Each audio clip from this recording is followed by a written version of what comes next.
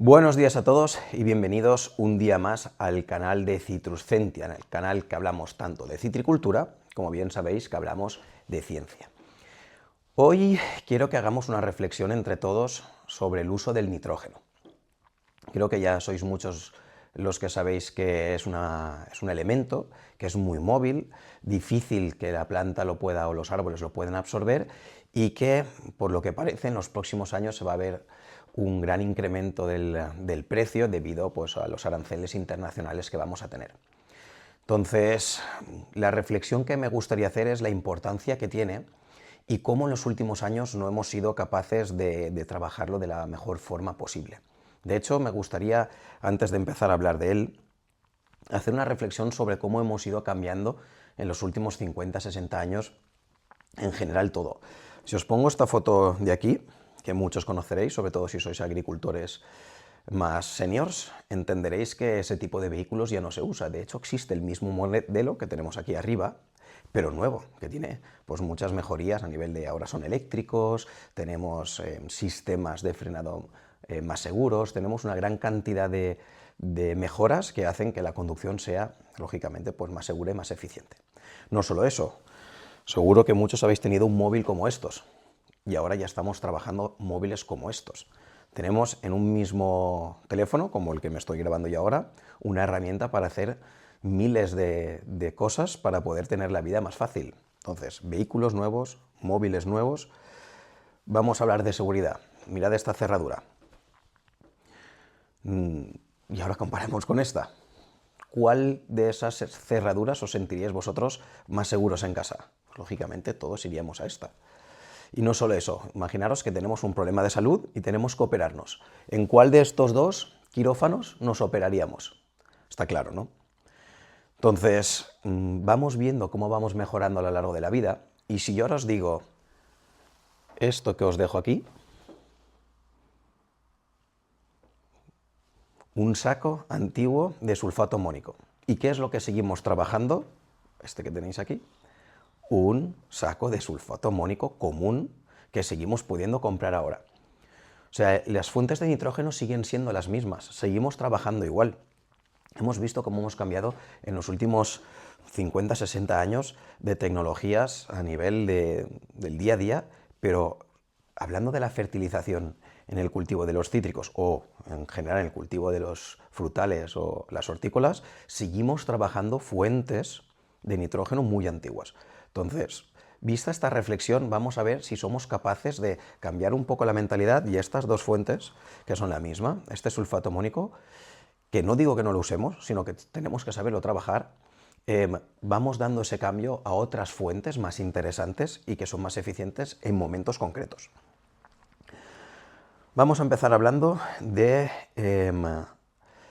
las regulaciones que tenemos. Normalmente en cítricos, o en la mayoría de los frutales, tenemos un reglamento, que es el de producción integrada de cítricos, y tenemos el nuevo reglamento del uso eficiente de la nutrición en suelos.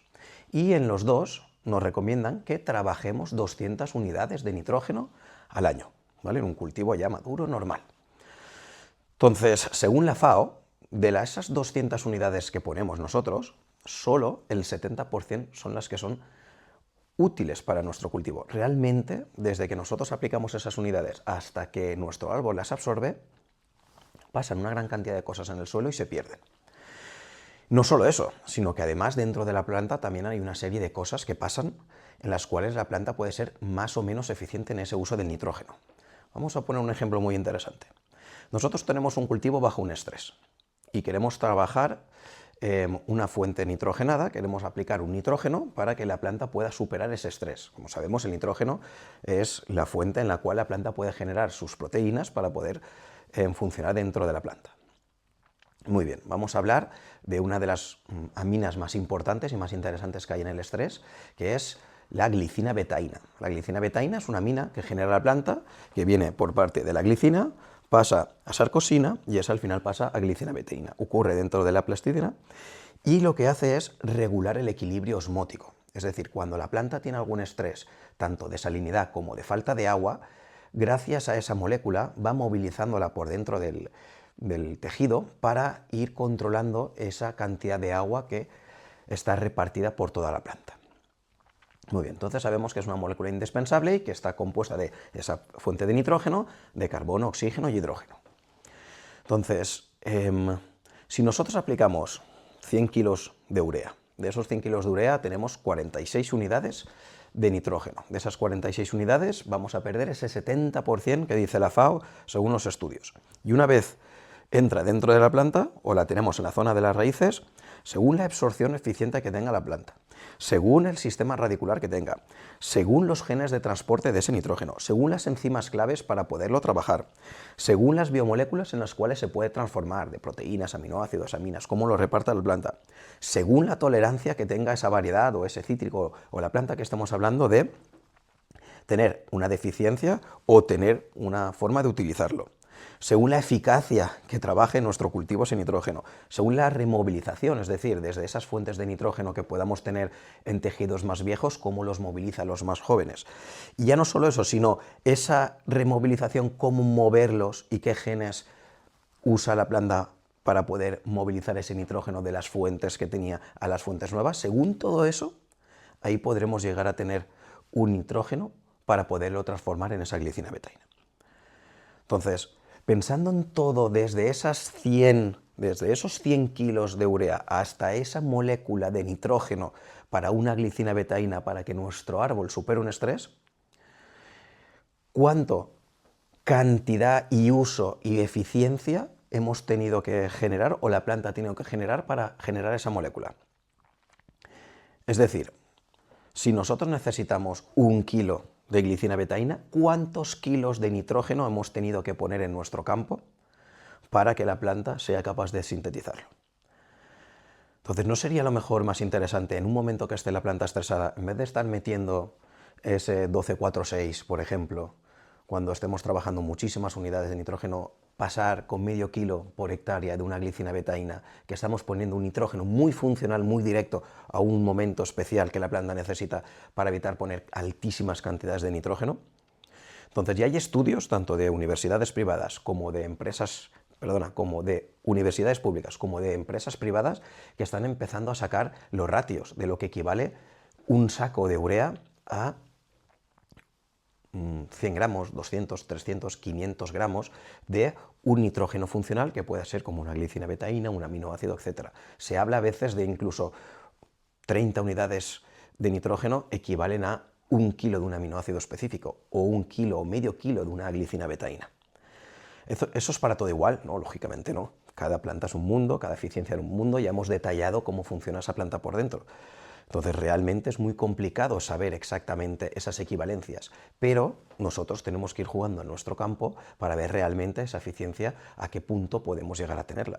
Porque si somos capaces de entender que podemos aplicar 1 kilo de glicina betaína y que ese equivalga a 30 kilos de urea, en momentos muy especiales en nuestro cultivo podemos hacer que la planta sea muchísimo más eficiente y que no requiera tanta pérdida, sobre todo monetaria, de ese nitrógeno que aplicamos.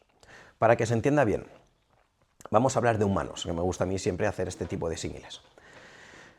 Tanto los hombres como las mujeres a veces tenemos días y semanas que estamos muy apagados de energía, que nos falta vitalidad, que nos falta algo en el interior. Y cuando vamos al médico muchas veces nos dice, te falta vitamina B12, es algo muy común en los seres humanos, o te falta hierro. Entonces, una inyección de vitamina B12, unas pastillitas de hierro y en un par de semanas ya estás bien. Así es como funcionamos los humanos. Ahora vamos a plantear el hecho de esa vitamina B12, si yo necesito, porque esas jeringuillas normalmente tienen 1 miligramo de vitamina B12. De hecho, lo primero que hice es, vamos a revisar a ver qué nos dice ChatGPT. ChatGPT, yo no quiero tomarme esa inyección de vitamina B12, quiero comer de forma natural, como toda la vida, vitamina B12. Entonces, ¿cuánto tendría que comer para esa inyección de vitamina B12? ChatGPT me sale una serie de listas. Normalmente esa vitamina B12 se saca de la carne. Me dice, Joan, tendrías que comer 33 kilos de carne de vaca, de vacuno, para poder obtener ese miligramo de vitamina B12. Ahora bien, si te gusta el hígado, que es lo más concentrado, con 1,5 kilos de hígado que te puedas comer, ahí ya tendrías esa vitamina B12. Y lo mismo hice, luego lógicamente lo contrasté un poquito en bibliografía y tenía razón ChatGPT. Al igual que el hierro, nosotros cuando nos tomamos una pastillita de hierro, normalmente estamos tomando unos 30 miligramos de hierro.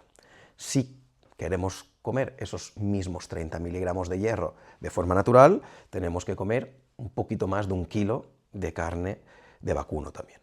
Si tenemos que ir tomando esa pastillita cada 3-4 días hasta un mes, imaginaros cada 3-4 días comer 1 kilo y pico de carne de res. Eso es inviable. Entonces, haciendo esta reflexión, ¿no sería interesante empezar a trabajar esas fuentes de nitrógeno para algo específico que necesita la planta en los momentos específicos?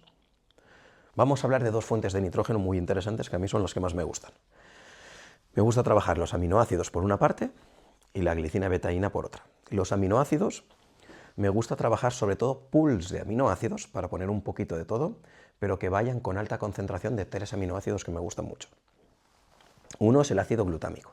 El ácido glutámico es el aminoácido del cual por excelencia normalmente la planta o el árbol puede sacar la gran mayoría de aminoácidos. No todos, pero la gran mayoría. Entonces es el precursor de muchísimas proteínas.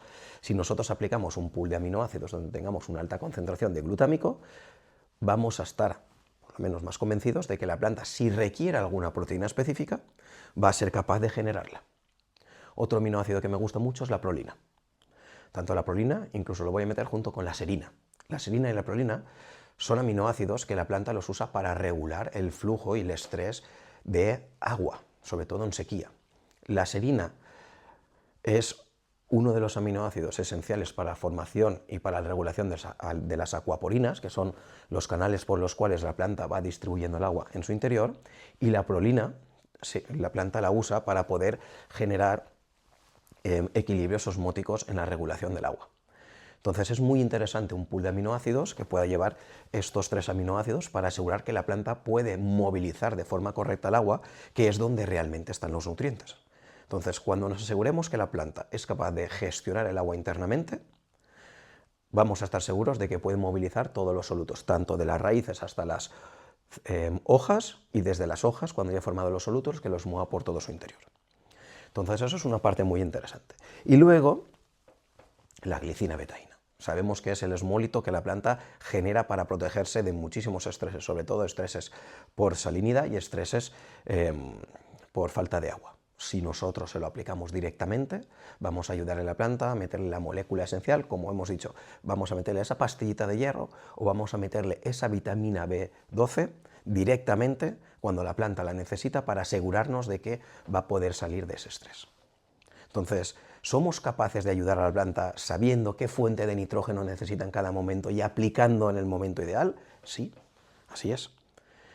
Entonces, según la regulación que hemos dicho al inicio, las plantas, los árboles, en este caso los cítricos, necesitan 200 unidades fertilizantes al suelo de nitrógeno. Muy bien, pero ¿cuántas necesita dentro realmente? Entonces, ¿somos capaces de esas 200 bajarlas a 180, 160, 150, 140? Si somos capaces de poner ese aminoácido con esa molécula de nitrógeno o esa glicina betaína en esa molécula de nitrógeno en un momento específico, en el momento que lo necesita. Supongo que sí, es igual que nosotros. Nosotros, si necesitamos tantos kilos de carne al año, si somos capaces de comer un aminoácido específico o comer ese hierro o comer esa vitamina B12 en momentos por ejemplo en invierno, que podemos estar un poquito más débiles, ¿cuánta menos carne necesitamos para tener esa vitamina B12? Entonces, me gustaría que esta reflexión quedara y que empezáramos a trabajar bien esas fuentes de nitrógeno de alta eficacia para aplicarlas en los momentos ideales y no contaminar tanto los suelos. Tenemos que ser capaces de saber gestionar las herramientas que tenemos para, en vez de poner 200 unidades en el suelo y que esas 200 unidades se pierdan la mayoría, aplicar foliarmente, muy radicularmente, fuentes de nitrógeno que vayan directamente al momento que necesitamos. Entonces, hecha esta reflexión, me gustaría terminar sobre todo con este señor que veis aquí. No sé si lo conocéis, creo que muchos de vosotros sí que lo conocéis. Es el señor Charles Darwin, y él lo dijo muy claro. Os voy a poner la frase aquí. No sé si alguien conoce la frase. Aquí la tenéis. Esta frase lo que reflexiona es que al final la adaptación es lo importante. Entonces, no por ser el más fuerte es el que sobrevive, sino el que se adapta al cambio. Entonces, estamos empezando a tener cada vez más información sobre el uso de fertilizantes, sobre cómo funcionan nuestros cultivos. Entonces, al igual que ya tenemos ahora un móvil de última generación, conducimos coches eléctricos muy seguros, tenemos buenas cerraduras en casa y todos nos gustaría ir a un hospital que tuviera las mejores condiciones posibles para ser curados, nuestras plantas también, y lo tenemos. Entonces, ¿por qué no adaptamos nuestra mentalidad a todo el conocimiento que hay ahora?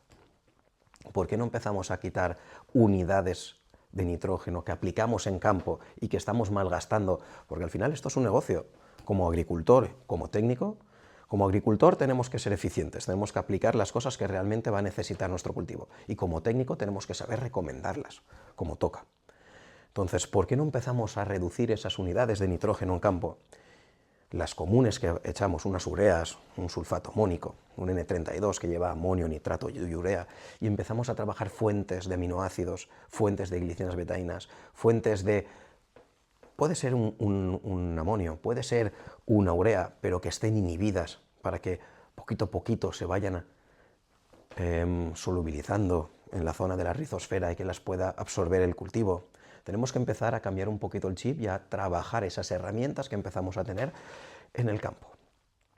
¿Vale? Así que hecha la reflexión del día de hoy, espero que os haya gustado, que esto os abra esa mentalidad para poder trabajar este tipo de productos, y cualquier duda ya sabéis que podéis escribirme aquí en los comentarios o directamente en el canal o buscarme a través de LinkedIn.